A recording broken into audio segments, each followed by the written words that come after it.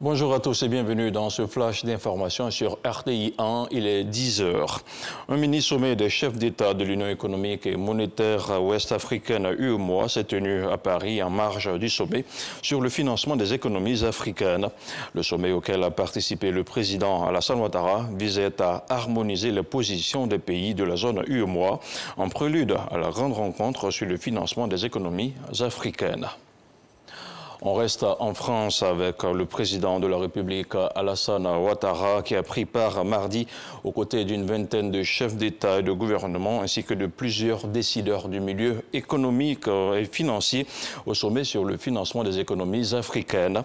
Un sommet qui vise à mobiliser des financements massifs et innovants en faveur des pays africains et à obtenir à terme 100 milliards de dollars US. Les explications d'Awa Touré. Mobilisation de la communauté internationale pour affronter les conséquences de la pandémie de Covid-19 en Afrique. Une trentaine de chefs d'État et de gouvernement, au rang desquels le président de la République Alassane Ouattara et des dirigeants des organisations internationales réunis autour du président français Emmanuel Macron en vue de définir une stratégie économique visant à apporter un soutien financier massif aux économies africaines durement éprouvées par la Covid-19 et poser les bases d'un nouveau cycle de croissance sur le continent. Aujourd'hui, il est question de voir dans quelle mesure nous pouvons relancer nos économies. Et il y a cette proposition des droits de tirage spéciaux que nous apprécions énormément, mais qui risquerait malheureusement d'être insuffisante. Donc nous allons voir dans quelle mesure tenir l'augmentation de ces droits de tirage spéciaux. Ensuite, nous devrions voir aussi au niveau de l'Afrique comment nous pourrions, à notre niveau, au niveau des communautés économiques régionales, proposer une sorte de filet de protection financier qui pourrait nous aider à pouvoir faire face aux crises de ce genre. Il y a aujourd'hui un ralentissement très fort de la croissance partout en Afrique après une année 2020 extrêmement difficile. Et il y a un besoin de financement entre aujourd'hui et 2025 qui est estimé à environ 285 milliards de dollars. Et puis en même temps, c'est le sommet de l'ambition parce que l'Afrique a tout pour réussir.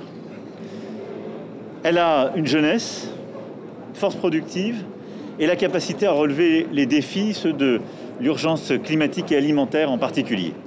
Si collectivement nous décidons en effet de proposer une nouvelle donne.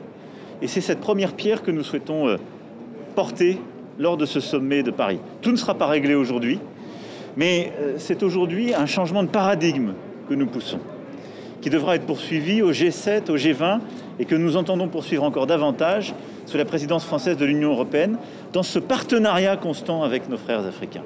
Le sommet sur le financement des économies africaines fait suite à la diffusion d'une tribune de 18 dirigeants africains et européens publiée le 15 avril 2020 en faveur d'une mobilisation internationale pour atténuer l'impact de la crise économique et sanitaire liée à la pandémie à coronavirus en Afrique.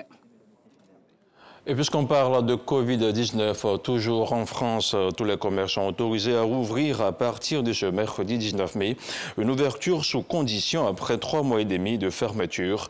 Un soulagement pour les consommateurs comme pour les commerçants. Cette levée partielle des restrictions a été décidée à la faveur d'une diminution de la circulation du virus qui reste cependant élevée et d'une montée en puissance de la campagne de vaccination dans un pays où la pandémie a fait 108 000 morts. En prélude au 27e congrès postal universel prévu du 9 au 27 août 2021 à Abidjan, une délégation de l'Union postale universelle conduite par son vice-directeur général Pascal Clivaz séjourne dans la capitale ivoirienne.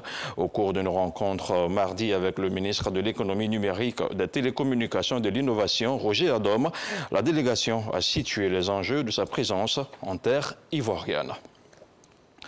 Au Mali, le Premier ministre Mokhtar Ouane, reconduit dans ses fonctions, poursuit ses consultations en vue de la formation du futur gouvernement.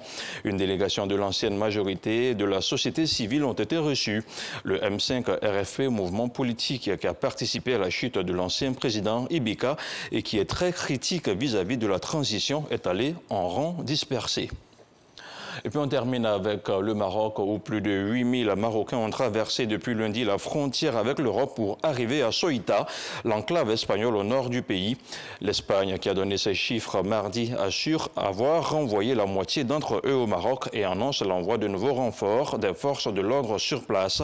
Cette arrivée massive de migrants intervient sur fond de crise diplomatique majeure entre les deux pays. Fin de ce flash d'information. L'info revient à 13h.